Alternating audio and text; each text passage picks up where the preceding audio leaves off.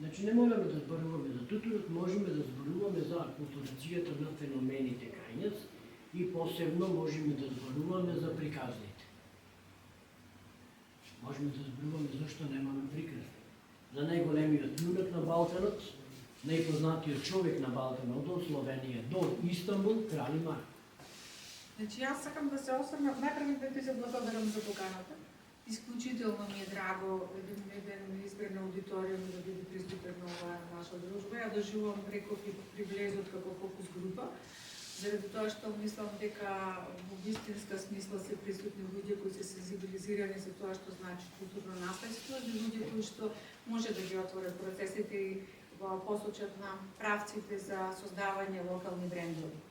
Локални брендови, локални водоводници, бидејќи мислам дека ништо не е локален бренд, се станува национален, регионален, светски, доколку ние можеме да го промовираме на адекватен начин. Воедно, мислам дека сакам да зборам пак ќе речам за еден друг аспект, може би според мене една првична перцепција.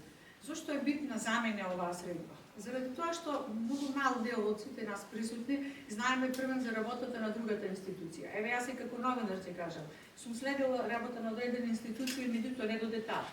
Така, добро е кога сите репрезенти на културата во Прилеп, креаторите, научниците, на репрезентите на она што значи напредок во сферата на културата се на едно место, бидејќи во време на интернет 21 век, а и вештачка интелигенција, змежувањето мора да постои. Мора меѓу себе да знаеме како да се промовираме, да ги запознаеме собствените вредности, да знаеме како да ги промовираме и како да се продаваме заедно на пазарот. Прилеп сам по себе има повеќе брендови. Тутунот, како што рековте, Маркови крули, Крал Марко и така ги има многу. Бренди и Ширдено, бренди и толчената пиперка и биеното сирење. Да не речам приказните на Цепенков, самиот Цепенков, значи бренд е нашиот говор, ама ние треба да знаеме како да го продаваме. Од нас зависи како ќе го презентираме пред домашната, пред локална јавност, потом сите други инстанции нивоа натаму. Но има сериозен проблем зашто ние тоа не можеме. Голем дел не се надарени како тебе да може да создаваат приказни, но сигурно има и други луѓе кои можеме да ги донесеме или да ги стимулираме да го прават тоа. Во секоја ваква институција, мислам дека е потребен посебен начин, во приватниот сектор се вика тимбилдинг, но во јавниот сектор не е присутен. Маркетинг на институцијата, кој почнува од првата насметка на човекот надлежен за влез во институцијата, до секретарот и директорот, до секој што работи со јавност. Балканото ќе си го кажеме после тоа, ама убавото ќе го презентираме. Значи, луѓето не знаат дека треба така. Треба ние да ги научиме. Неопходно и во јавниот сектор да има тимбилдинг. Неопходно е познавање на странски јазик. Не заради тоа што ние има многу институции кои што стварно нема кадар кој знае, еден в работа нема кој што знае јазик. Мора да се.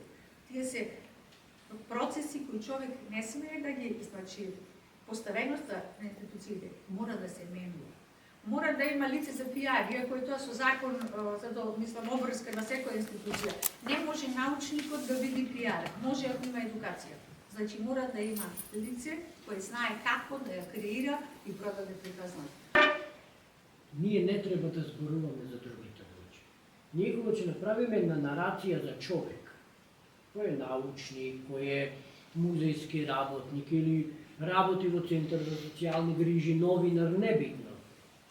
Ние кога ќе направиме нарација, во генот на прилепчани одма да има контранарација, одма да се девастира.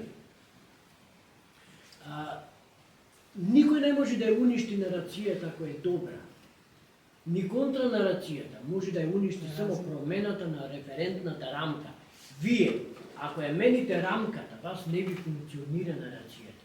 А ние имаме генетски се ненадарени да бидиме во право и дури рамките да ги менуваме. Значи нешто ако треба во правна рамка да функционира, ние ќе оклавиме, ставиме во човечка рамка, па тоа не е човечно. Мора гледаш што ти пишува во закон, ама.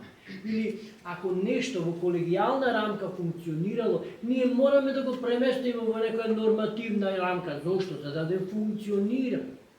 Значи ние сме таленти за уништување на нашите нарации. Да речеме, прочката ми е еден од... Еве, за тоа да зборувам. Првата година на организација на прочката беше нејубава од било кого. 96-та година. Замислите цмбата. Бизнисмен, колко смисли. Чабе земаме плата, дојде цмбата да не научи. Го смисли првата година и ја даде вистинската насока, нормално му помогнавме ние во музеј. И првата фотографија Диме Димески, нашиот сликар ја сликаше, и нарацијата му беше кажана, и му помогнавме во организацијата. И еден месец секој ден ни објавуваа написи во вечер, во дневни вестници, што е тоа македонска маска, како треба. Го едуциравме, цела Македонија ја едуциравме, нормално тие сакаја од Скопје тоа да го направиме и ни помогнаја. Ја едуциравме што е тоа маска и така тргна приказката. Иначе тоа беше нешто, се маскирало, струмица, ова, она. Таа нарација ја подигна модата да се прават фестивали. Нашиот фестивал почна јако. Првата година францускиот амбасадор беше шеф на жирито. Дојде за таква намена, од тогаш имаме слава надолу. Не спасуваат училиштата, така, подделили година да направи училишна маска, иначе ќе немаме шо. И оние што идат од странство, постојано што идат истите маски што идат од странство. Но дес не поканем нети на големи фолклорни фестивали, да речем. Кај има по 10.000 души, во Роак Медингер. Ќе ви кажа, види, не си формат за да дојдеш овде. Ете тука да речем, самата нарација. Маската е прилипска уништена, веќе нема. Оставаат што сакаат, менуваат, веќе не е триаголеста, па е четвртаста. Да, четвртастата е бугарска, од Казала. Ме разбирате? Значи, си импровизираат. И затоа е уништена маската. Сакам да кажам, нарацијата, одржувањето на нарацијата и од сето тоа како може да настане манифестација која е да почит и во крајен случај да носи пари. Мислам, ние сме комунисти, сега веќе можеме да се работуваме, нели? Дали ова некого го инспирира? Јас, ако може сега, накратко, мислам, почнувајќи од изложбата, благодарам, јас во моје име се надевам дека и другите се согласува на една прекрасна не само нарација, туку и презентација генерално на сите овие фотографии, кои што ги имаше, но мене, барем како гледаш на изложбата и слушајќи и тебе, мислам, като се простиш, пак сме колеги, пријатели, мене ми остане еден впечаток, едно размислување дека всушност ништо не останува да функционира и да постои надвор од конкретен историски или социјален контекст. Значи, најмногу тоа се гледа преку тутунот, бидејќи тутунот е една не е екзистенционална работа, која што ни е потребна како производ на секој од нас. Мислам, можеме и со тутун, можеме и без тутун. Можеме да го уживаме тутунот во разни форми, можеме и без тоа, мислам. Луѓето функционирале и без тутун пред 1550 година, мислам, не било проблем. И тука најмногу се гледа тоа екзистирање во тој социјален контекст, ми се чини. Бидејќи сме почнали од тие, ете и колешката од Институтот за туризм, кој што кажа, со тие семејни сорти на тутун, па одиме на една стандардизација на производот, па после одиме на една нарација Ленка, бидејќи Ленка не е песна за тутун. Ленка е песна за работникот. Бели мугри е стихозбирка која што се однесува на сите оние предизвици, мислам, на тој тежок живот на работниците. Таа е еден памфлет на социјализм, кој што после тоа го гледаме преку фотографите на тие згради, на таа индустриализација. Значи, тутунот добива еден сосема поинаков контекст во општеството, не сам по себе, туку во една јасно назначена рамка, како што кажа. Мислам, и тие се тие рамки. И денеска имаме уште една реформа на тутунот, таа не знам колку зборуваме за незе, со користење на паметни цигари, на е-цигари. Значи, и времето, таа трансформација на целото општество во електронска форма, во која што функционираме, сега имаме и тутун. Пушиме со апарат.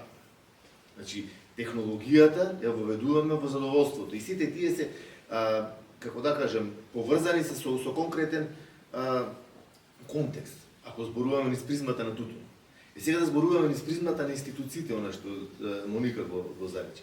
Колку ние, како институции, го менуваме нашиот формат во рамките на социјалниот контекст во кој што живееме.